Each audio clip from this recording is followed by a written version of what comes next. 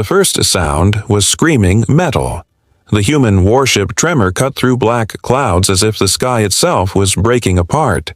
Inside, red lights flashed across every corridor. Soldiers ran, helmets on, faces tight with fear and focus.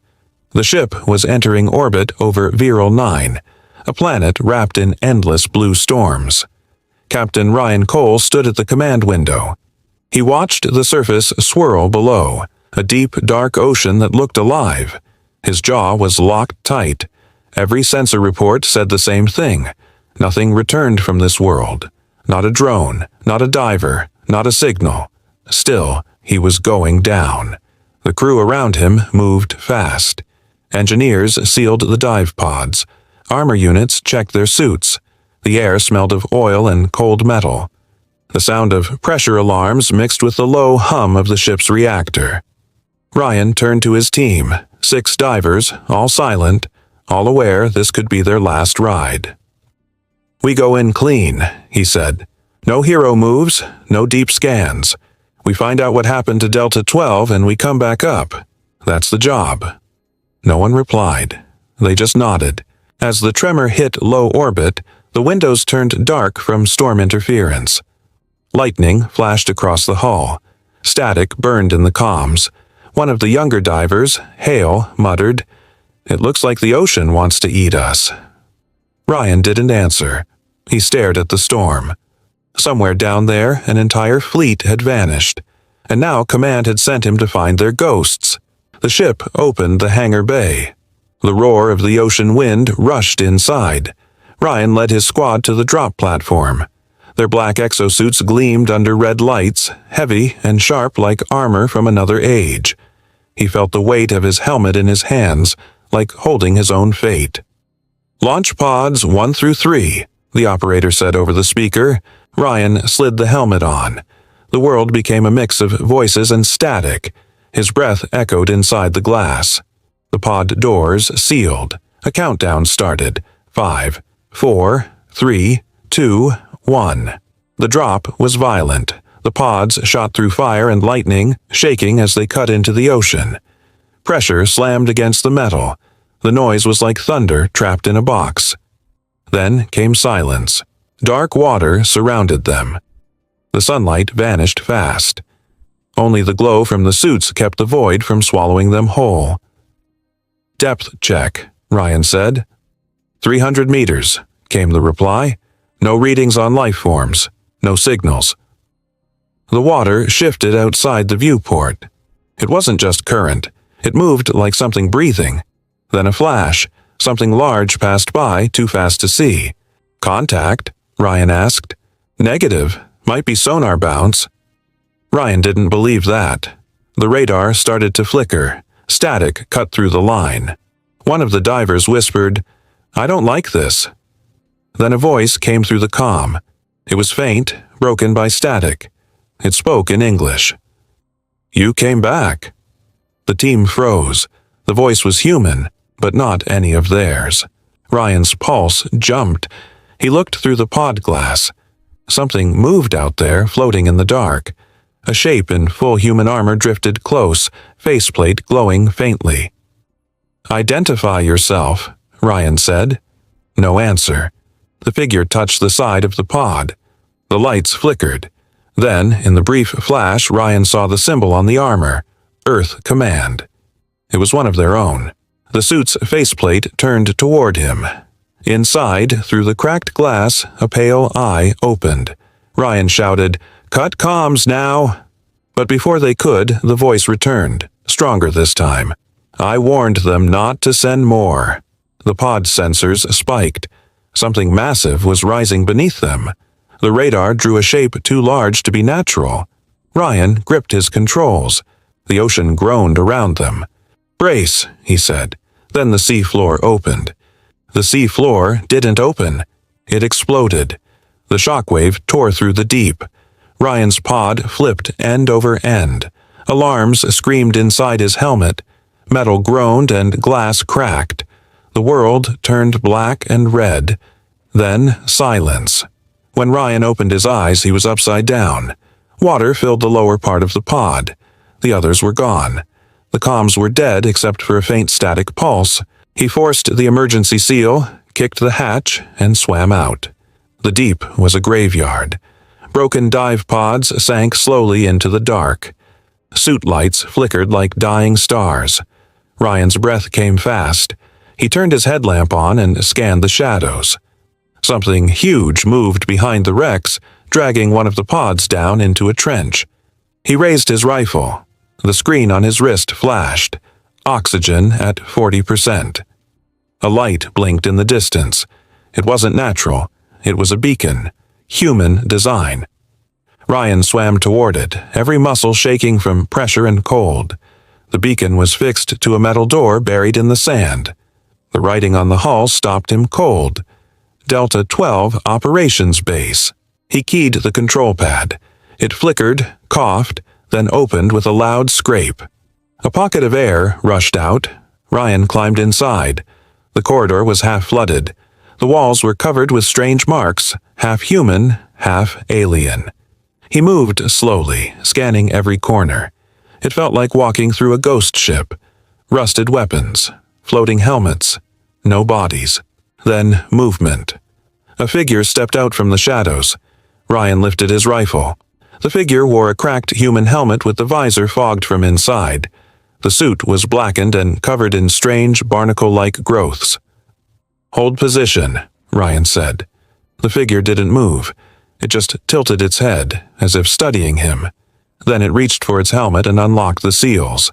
The sound of escaping air filled the corridor. Ryan aimed for the chest. "Don't." The helmet came off. What looked back at him wasn't human. The skin was gray-blue, the eyes sharp and too clear, but the voice that came out was low and steady. "I know you," it said. Ryan froze. The alien spoke perfect English. "I was human once," the creature said, "before the ocean took me." Ryan took a step back. "That's not possible." The alien pointed toward the wall where an old mission patch was pinned. Earth Command. "They called me Commander Rail. I led Delta 12. Ryan's chest tightened. Delta 12 was destroyed. Rail nodded slowly. "We were not destroyed. We were changed. The ocean below isn't water. It's alive. It remembers everything we build and turns it against us." The walls hummed. The lights flickered blue. Ryan could hear something deep, like a heart beating inside the planet.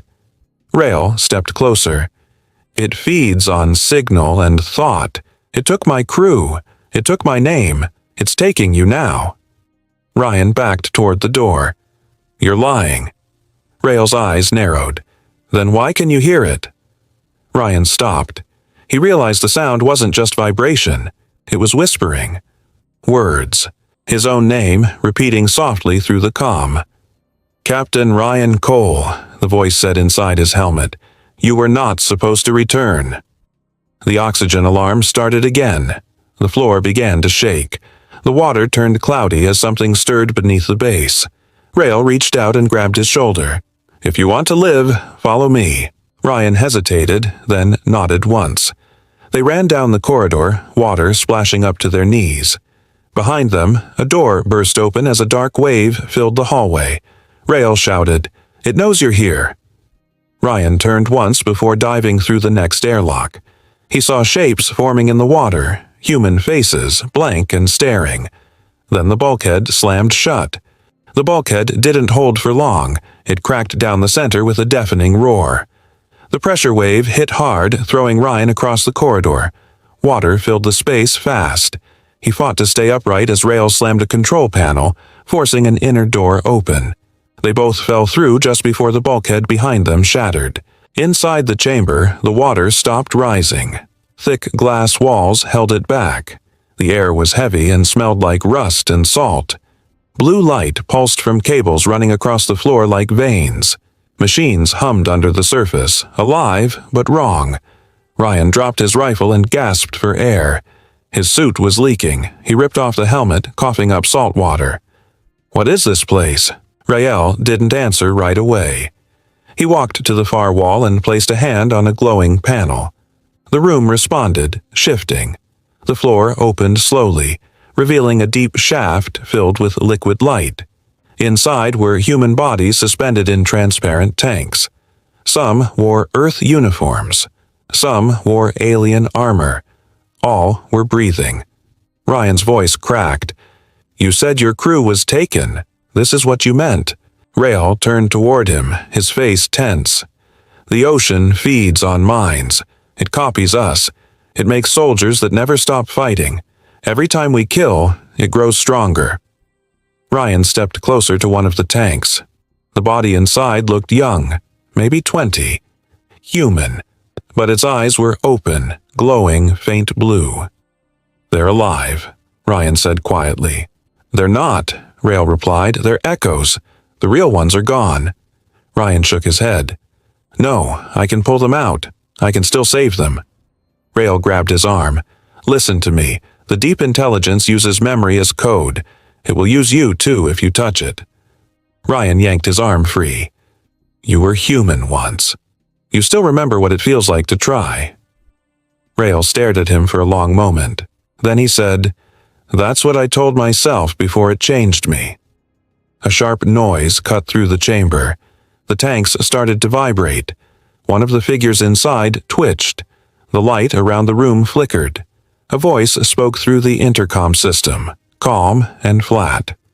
"Unauthorized presence detected. Initiating defense protocol." The floor shifted again. From the far side of the chamber, mechanical units began to rise from the liquid. Metal frames shaped like human soldiers, armed and moving fast. Their eyes burned white. Ryan grabbed his rifle. "How many?" "Too many," Rael said. He reached behind him, pulling out a weapon that looked half human, half alien. "We make it to the upper tunnels. Move." The first machine opened fire. The sound tore through the chamber, echoing off the walls. Ryan dropped behind a console, fired short bursts. Sparks exploded across the floor. He saw Rael move like a blur, his weapon melting through armor with bursts of blue energy. More machines came through the smoke. Ryan shot one in the head, another in the chest, but they kept advancing. He felt his shoulder burn from a hit. The impact sent him spinning behind a broken tank. Rael slammed his weapon into the control core. The room shook. The tanks began to shatter, spilling fluid and bodies into the water. "Now!" Rael shouted. Ryan ran. The chamber behind them erupted in white fire. The explosion threw both of them down another tunnel. He hit the floor hard, his vision spinning. He could still hear voices. Not human, not machine. They whispered his name again and again, soft but sharp, like claws against glass. When Ryan pushed himself up, Rael was kneeling nearby, staring ahead. His face had gone pale. Ryan followed his gaze. A tank had survived the blast. Inside it was a single body. Ryan stepped closer. His throat went dry. It was his brother. Ryan stared at his brother. The man inside the tank looked alive, but distant. His eyes were open, blank, reflecting the pulsing blue light from the chamber. He tried the control panel. Nothing. The system was dead. The deep intelligence had locked it all down. Rael grabbed his shoulder. "We have to go now. The hive is waking. Every second we stay, it grows stronger." Ryan shook his head. "I can't leave him. I won't." Rael's voice was firm. "Then we all die." The floor trembled beneath them. Machines they had destroyed were rising again. Metal legs crawled out of the wreckage, firing white-hot energy. Ryan grabbed his rifle and ran, dragging his brother's tank along. Rael ran beside him, cutting through enemies with his strange hybrid weapon. The corridors bent and shifted as if the structure itself was alive. Water sprayed through broken walls. Sparks flew from damaged conduits. Ryan fired as fast as he could, every shot hitting moving shadows, some human, some alien, all machines. They reached a large chamber. At the center, a pulsing orb floated above the floor. The ocean core. Blue light spread out like veins. Ryan's brother was only a few meters away. "It controls everything," Rael shouted. "If we destroy it, the ocean dies. But so do they." Ryan's hands shook. I can't just kill them. Not my brother." Rael stepped close. "You don't have a choice. If the core survives, it will never stop. Every fleet sent here will fall. You have to act." Ryan swallowed. He saw faces behind the core, humans and aliens suspended in energy. They were moving in waves, echoes of the war above. Every life was a fuel source for the hive. The core pulsed faster. The walls of the chamber vibrated. A deep, humming voice filled the space, not from Rael or Ryan, but from the ocean itself. It whispered promises, threats, names of the lost, including Ryan's. "Do it now," Rael urged, "or we die with them." Ryan raised the explosives he had salvaged. He hesitated, seeing his brother float in the blue haze. Then he saw the machine soldiers surrounding them. Every path was cut off. Every escape was blocked. He hit the detonator. The core erupted. Water and energy exploded outward, ripping the chamber apart. Ryan was thrown against the wall. Rael grabbed him and dragged him toward the exit. The world shook violently. Flames met water in a white-hot storm. Tanks and machines were destroyed or pulled into the explosion. The echoing voices screamed. Ryan looked down. His brother's body was being pulled toward the imploding core. "No!" he screamed, reaching for him. Rael shoved him forward. "Go!" Ryan fought to stay upright. The water around him was collapsing. The ceiling cracked, letting in a flood of light from above. Rael turned back for a final moment, eyes wide. "You will remember what we did here," he shouted before the explosion swallowed him. Ryan scrambled through the wreckage, the corridor twisting, shaking. He reached an exit hatch, kicked it open, and surged upward. Water pushed and pulled at him, disorienting him. He forced himself through, gasping as he broke the surface. The ocean was quiet now. Too quiet.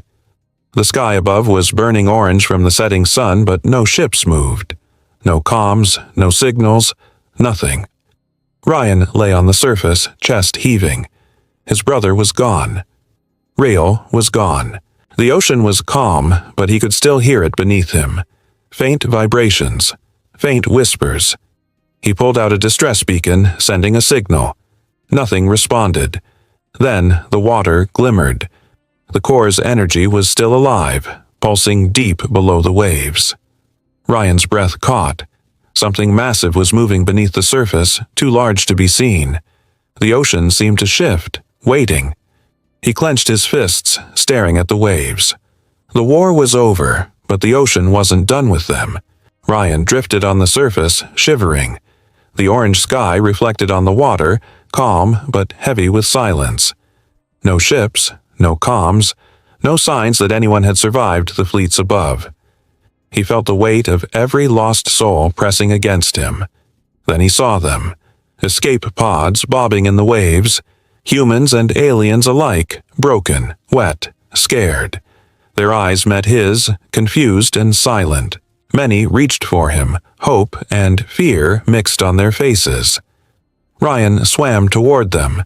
Each pod he reached felt lighter, but the tension was crushing. The ocean beneath pulsed faintly, almost like a heartbeat. He could feel it, alive and watching. He climbed into the first pod.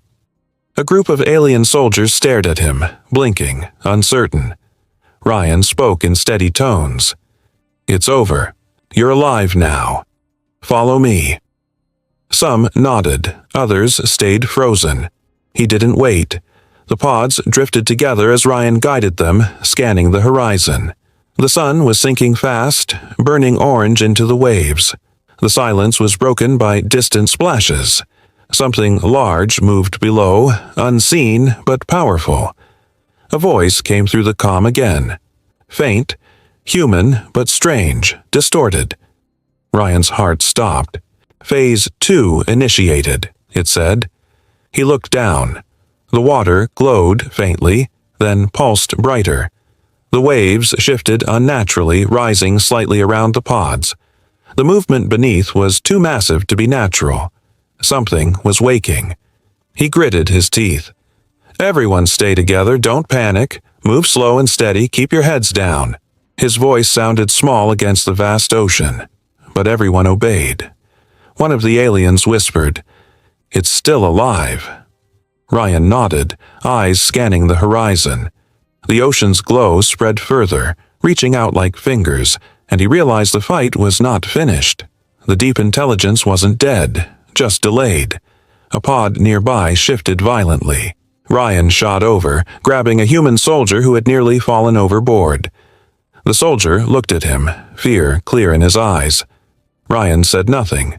He just helped him back inside. Survival came first. Hours passed in tense silence. The pods moved slowly, guided only by Ryan's hand and instinct. Every splash beneath made hearts jump. Every signal on the water sent pulses of panic. No one spoke much. They were all thinking the same thing. The ocean had already taken too much. Finally, Ryan spotted a small island, jagged rocks barely breaking the waterline. They could rest there, even briefly.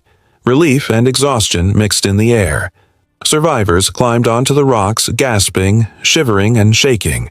Ryan sank to his knees. He looked back at the water. The glow was gone, but he could feel it underneath.